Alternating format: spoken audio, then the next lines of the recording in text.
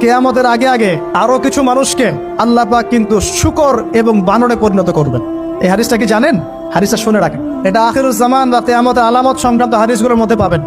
আল্লাহ রাসূল সাল্লাল্লাহু আলাইহি ওয়াসাল্লাম বলেছেন, কিয়ামতের আগে আগে আমার উম্মতের মধ্যে, ভালো করে শোনেন, কিয়ামতের আগে আগে আমার উম্মতের মধ্যে একদল মানুষ বের হবে যারা মদ পানকে হালাল মনে করবে। কাকে? মদ পান করাকে হালাল মনে করবে। যারা বাদ্যযন্ত্র, গায়িকা, নায়িকা এগুলো নিয়ে নর্তকী নাচাবে রাতের বেলা, এগুলোকে হালাল মনে করবে। যারা অশ্লীলতা, বেহায়াপনাকে জায়েজ করে নিবে। ঠিক আছে, এরকম কয়েকটা পাপের কথা বলে নবীজি বলছেন একদিন সকালবেলা আল্লাহ পাক তাদেরকে ঘৃণিত বানরে পরিণত করবে। এটা হবে সামনে, কখন কিভাবে হবে আল্লাহ ভালো জানেন। এবার আমি কনসেপ্টে চলে আসি। এই যে পৃথিবীতে নেমে আসলাম, তাহলে আমরা কোত্থেকে আসছি ভাই? আমরা কি পৃথিবীর অধিবাসী ছিলাম? আমরা জান্নাতে ছিলাম, ওখান থেকে আল্লাহ পাক পাঠিয়েছে। এবার পৃথিবীতে এসে আদম আলাইহিস সালামের যুগে খুব একটা দুর্ঘটনা ঘটে নাই, একটা ঘটেছে। কয়টা? একটা। ভাই হাবিলের কোরবানি কবুল হয়, কাবিলের অন্তর্দাহ হয়, জ্বালা হয়। কেন হাবিলেরটা কবুল হবে, কাবিলের কেন হচ্ছে না? এই হিংসার বশবর্তী হয়ে কাবিল হাবিলকে হত্যা করে ফেল। হত্যা করে লাশটা দাফন করার পদ্ধতিও তার জানা ছিল না। আল্লাহ কাককে পাঠালেন, কাককে দেখে সে শিখলো।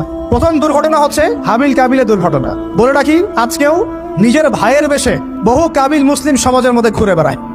নিজের ভাইয়ের লেবাসে, পোশাকে, সুরতেই বহু কাবিল এখনো কিন্তু মুসলিম সমাজে ঘুরে বেড়ায়। তো আমরা কাবিলদেরকে কাবিলের পরিণতি সম্পর্কে সচেতন করতে চাই। হাবিল বলেছিল, তুমি যদি আমাকে মারতে আসো, আমি তোমাকে মারার জন্য হাত বাড়াবো না। হাবিল জান্নাতে যাবে আর কাবিল জাহান্নামে যাবে। কেন কাবিল জাহান্নামে যাবে? নবীজি বলেছেন, পৃথিবীর প্রথম হত্যাকাণ্ড সংগঠিত করেছে কাবিল। এই কারণে পৃথিবীতে যত খুন হবে, সমস্ত খুনের পাপের একটা অংশ কাবিলের আমলনামায় যোগ করা হবে। বলে নাউজুবিল্লাহ। একটা কথা মনে রাখবেন, সদকায়ে জারিয়া যেমন আছে, গুনাহে জারিয়াও আছে। একটা মদের দোকান দিয়েছেন, যত মানুষ মদ খাচ্ছে, সমস্ত গোনার একটা অংশ আপনার কাঁধে আসছে। সিনেমা হল করেছেন, মানুষ সারাদিন নেকটা ছবি দেখে, নগ্ন ছবি দেখে, যত মানুষ এখানে পাপ করবে, সমস্ত পাপের একটা অংশ আপনার কাঁধে যাবে। আবার একটা মাদ্রাসা করেছেন, যত মানুষ এখানে দ্বীনি ইলম শিখবে, এই নেকির একটা অংশ আপনি পাবেন ইনশাআল্লাহ। মরে গেলেও কবরে পাবেন ইনশাআল্লাহ। আল্লাহ পাক আমাদের সবাইকে সদকায়ে জারিয়া করার তৌফিক দেখ, গুনাহে জারিয়া থেকে বাঁচিয়ে রাখুন। খুব খেয়াল রাখবেন, আল্লাহ পাক আমাদের হেফাজত করুন বলি আমিন। এবার ওই যুগ শেষ, নূহ আলাইহিস সালামের যুগ। এই যুগে আল্লাহর একই সুন্নত, নূহ আলাইহিস সালাম 950 বছর দাওয়াত দিলেন, 40টা বা 80টা পরিবার ইসলাম কবুল করেছে, বাকিরা করে নাই। যারা করে নাই আল্লাহ পাক তাদেরকে ডুবিয়ে মারলেন, যারা করেছে আল্লাহ পাক উদ্ধার করলেন। সোজা কথা, আজকে সারা পৃথিবীতে যত মানুষ আমরা বেঁচে আছি না, আমরা কোনো না কোনো